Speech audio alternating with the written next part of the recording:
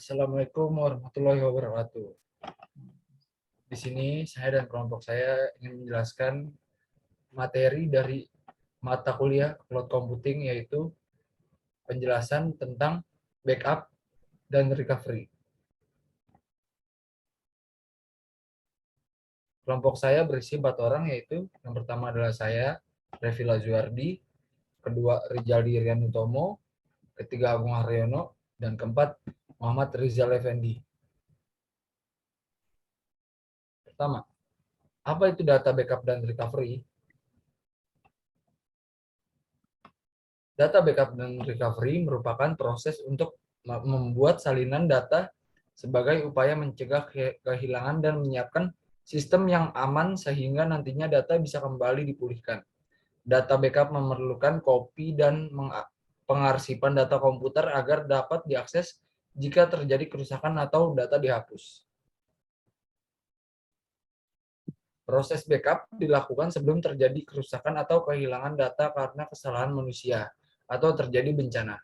Sementara proses recovery atau pemulihan data dapat dilakukan apabila data terhapus, bahkan untuk data yang sudah tidak ada di recycle bin.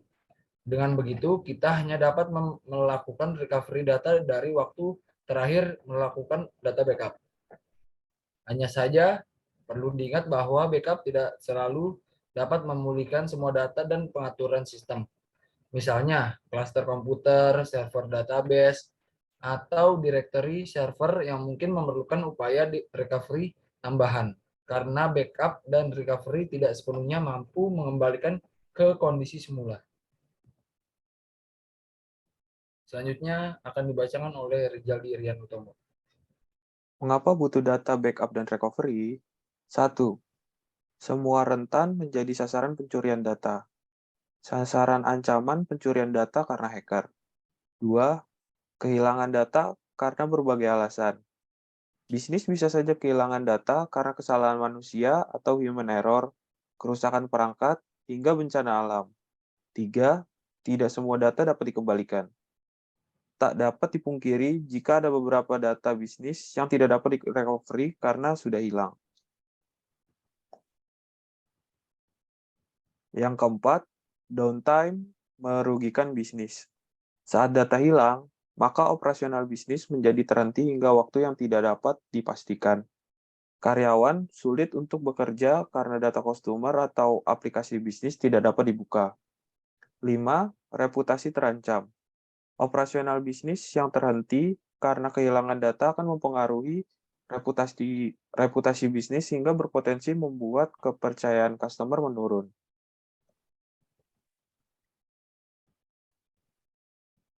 2. Jenis-jenis data backup. Salah satunya yaitu full backup. Full backup membuat salinan untuk semua data yang tersimpan dalam satu set media lain seperti disk, tape, dan CD. Butuh lebih banyak waktu dan ruang penyimpanan untuk melakukan full backup. Full backup menyalin seluruh kumpulan data setiap kali pencadangan dimulai. Akibatnya, mereka memberikan tingkat perlindungan tertinggi. Namun sebagian besar organisasi tidak dapat sering melakukan pencadangan penuh karena dapat memakan waktu dan menghabiskan terlalu banyak kapasitas penyimpanan data. Keuntungan full backup, waktu pemulihannya cepat. Kekurangan full backup, membutuhkan penyimpanan paling banyak menggunakan banyak bandwidth jaringan, dapat dicuri jika tidak mengenkripsi cadangan. Selanjutnya, oleh teman saya, Agung Haryono. Incremental backup. Incremental backup lebih cepat dan lebih sedikit membutuhkan media penyimpanan karena hanya menyimpan salinan data yang mengalami perubahan sejak backup terakhir. Aplikasi backup dan merekam dan melacak waktu dan tanggal semua proses backup yang telah dilakukan sebelumnya. Incremental backup hanya mencadangkan data yang telah diubah atau diperbarui sejak pencadangan terakhir. Metode ini menghemat waktu dan ruang penyimpanan. tetapi dapat mempersulit pemulihan total. Incremental adalah bentuk cloud backup yang umum karena cenderung menggunakan lebih sedikit sumber daya. Keuntungan incremental backup yaitu membutuhkan ruang paling sedikit menggunakan bandwidth jaringan yang relatif kecil.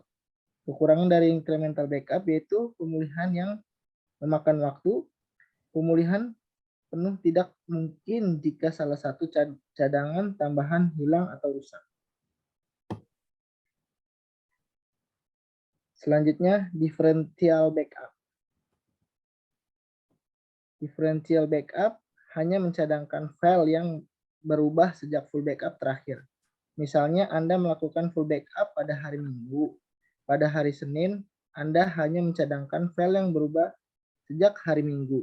Pada hari Selasa, Anda hanya mencadangkan file yang berubah sejak hari Minggu. Dan seterusnya, hingga full backup berikutnya. Differential backup lebih cepat daripada full backup karena jauh lebih sedikit data yang dicadangkan. Tapi jumlah data yang dicadangkan bertambah dengan setiap differential backup hingga pencadangan penuh berikutnya. Keuntungan dari differential backup yaitu differential backup lebih cepat daripada pencadangan penuh karena jauh lebih sedikit data yang dicadangkan. Kerugian dari differential backup yaitu jumlah data yang dicadangkan bertambah dengan setiap differential backup hingga full backup berikutnya. Differential backup lebih fleksibel daripada full backup, tetapi masih terlalu berat untuk dilakukan lebih dari sekali sehari, terutama saat pencadangan penuh berikutnya mendekat.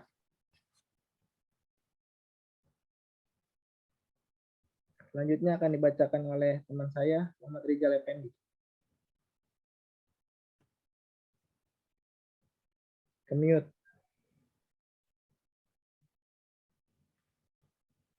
RTO dan RPO.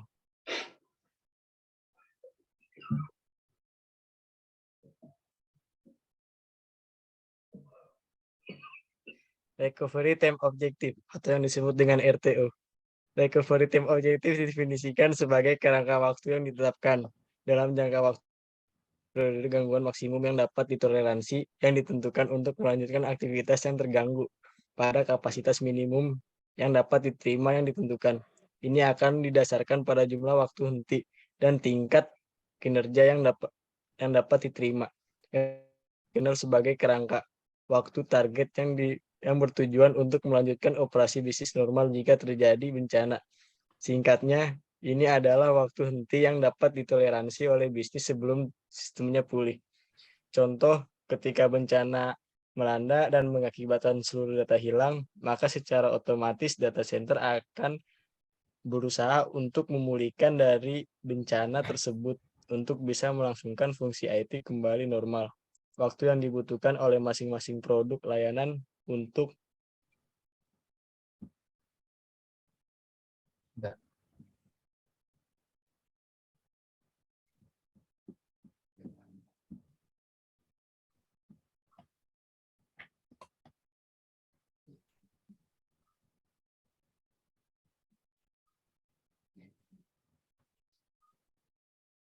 pemulihan ini berbeda-beda. Dengan demikian dimaksud dengan recovery time objective.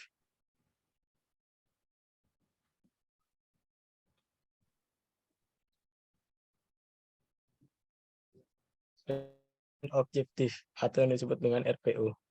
Recovery Point Objective didefinisikan sebagai titel tujuan untuk memulihkan data atau informasi setelah gangguan berdasarkan jumlah informasi yang dapat diterima. RPO juga dikenal sebagai periode pencadangan data. Sebuah organisasi periode memberitakan betapa banyak kehilangan data yang dapat diterima sebelum bencana terjadi. Singkatnya, ini mengacu pada frekuensi pencadangan sistem Anda dan beberapa banyak kehilangan data yang akan terjadi selama gangguan. Contoh, ketika terjadi bencana, kira-kira berapa banyak kehilangan data yang bisa Anda toleransi? Apakah 2 jam, atau 1 hari, atau 1 minggu? Kapasitas data dalam waktu hitungan hari disebut yang dengan RPO. Oke, sekian presentasi dari kelompok kami. Kurang lebihnya mohon maaf. Wassalamualaikum warahmatullahi wabarakatuh. Terima kasih.